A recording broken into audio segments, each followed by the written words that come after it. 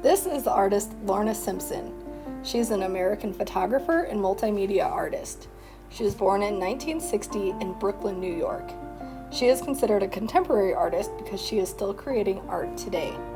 Simpson was the first African American woman to have a solo exhibit at the Museum of Modern Art in New York in 1990. Her Earth and Sky collage series features vintage images of women from early issues of Jet and Ebony magazines. Lorna Simpson's artwork often explores the idea of identity. In this particular series, she explores the idea of Black women's hair, which has been a source of beauty and pride, but also, historically, a source of discrimination. Simpson replaces the hair with brilliant swatches of trailing colors and geometric crystal formations, transforming the original collaged images into something new entirely. Let's take a look at these next images to see how she does this. Today, boys and girls, we are going to create our own collages using magazines, newspaper, drawing, and cutting and gluing to turn a photograph into something new. So to get started, boys and girls, you're going to need to find a magazine or even a newspaper.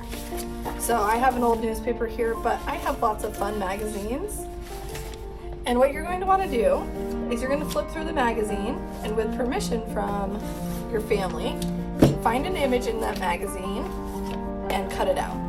So I'm going to get flipping through these to find an image I want to turn into a piece of artwork. So I'm going to use this image of Patrick Mahomes. I picked an image from this magazine because it's large. We can tell that it is a person, and it's going to give us an interesting focal point. So what I'm actually going to do is I'm going to cut around all of his face here, but you want to cut the hairline off.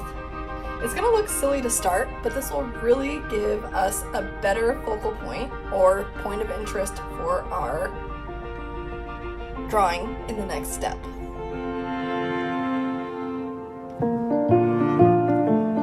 Now that I've gotten my image cut out, I'm going to find a place on my page that I think is going to look good near the bottom, since it is a portrait style photo. You can either decide to glue at this point, or something I like to do is I'm going to trace, once I'm happy with where the image is located, around where the hair is going to go, so I have a good guideline with a pencil. I'm just going to do it nice and light because I'll go back and glue the image later. This will give me an outline to follow when I go to glue this here in a little bit. Just like that. I don't have to trace the whole thing, I just need to see where his head goes. Now let's get started on drawing the crystals. I know that here is where the hairline is going to go.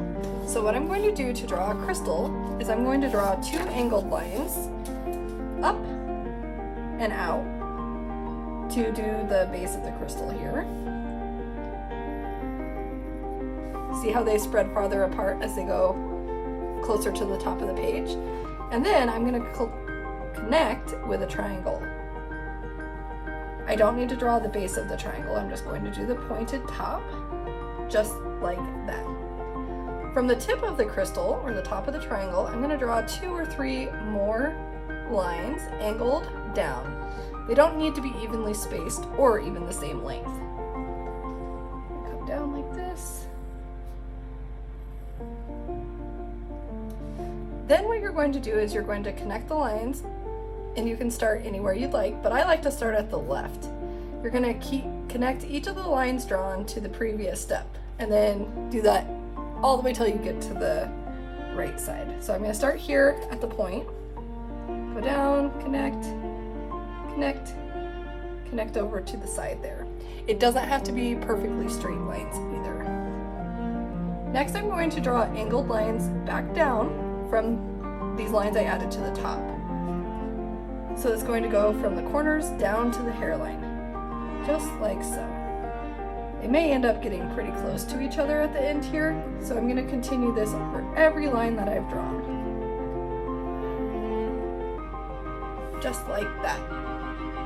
I'm going to work on the hairline here, and I'm going to draw lots of crystals to make it look like actual hair. For the most part, you're not going to see the actual bottom of the crystal because we're going to come back and add that back over the top when we're all finished. I'm going to speed up the video and get my crystals all drawn. I'm going to follow those same exact steps every time.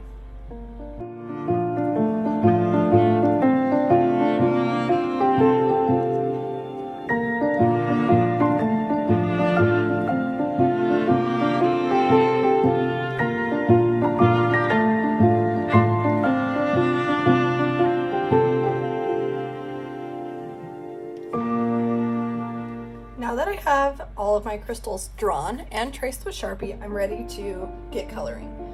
Boys and girls, you can use any medium that you might have at home, whether that's colored pencils, crayons, markers, or even watercolor paint. I'm going to keep it easy with crayons. And when I go to color my crystals, I'm going to try to focus on creating value, which means I'm going to have different shades of pink or blue, and it's going to range from light all the way to dark. And I'm going to imagine that there is light coming from only one direction. So if I choose for the left side of the crystal to be the dark side, every crystal is going to have dark on that left side, which means my light source would be coming from the right here. So I'm gonna pick a color crayon. I think we'll go with, how about this blue? And I'm going to start coloring on the left, and I'm going to press pretty firmly, which means hard, to get that nice dark value of the crayon. And I'm going to color in this whole section here, the top part and the bottom.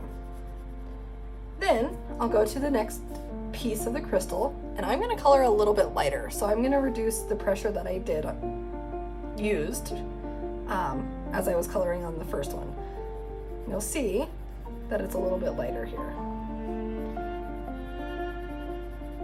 As I'm coloring, I'm trying to get all the white spots. I'm using those black lines as stop signs to have a complete piece of art. Now I know with crayons you can't fill everything in perfectly, but that's okay. Do the best you can. And this very last section, I'm going to press so light. It's almost like tickling it with a feather. And the color is going to be almost as light as you can get it. Just like that. And that gives the illusion of light, a light source, and it then creates the illusion of that being more three-dimensional. I'm going to speed up the video and get all of my crystals colored.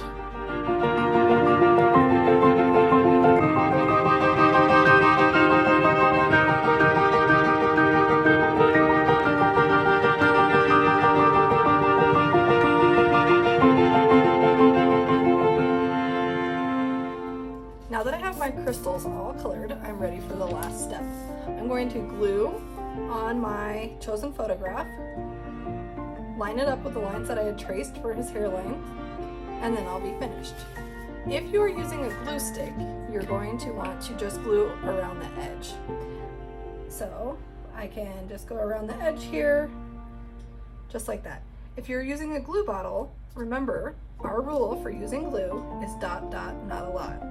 We want raindrops, not puddles. No one likes too much glue spilling all over the place. So now that I've got mine all traced around the edge, I'm gonna flip it over and get it attached. Magazines are going to curl a little bit, but that's okay because once it's on the page, you can flatten it out. Make sure I get it lined up.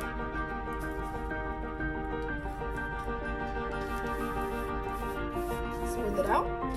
And I always like to do that ABC back rub to really make sure that everything gets stuck in place. So I'll flip my page over and rub, and in my mind I'm singing the ABCs. Once I get through that, I have a finished piece of artwork. If I have a few little lines here, I can go in and erase them. Lorna Simpson keeps her backgrounds very simple, so you do not need to add a background on yours. But if you'd like to, you can go in and add color, lines, shapes, anything you'd like to create a background as well. Okay, boys and girls, your turn. Can't wait to see your beautiful Lorna Simpson creations.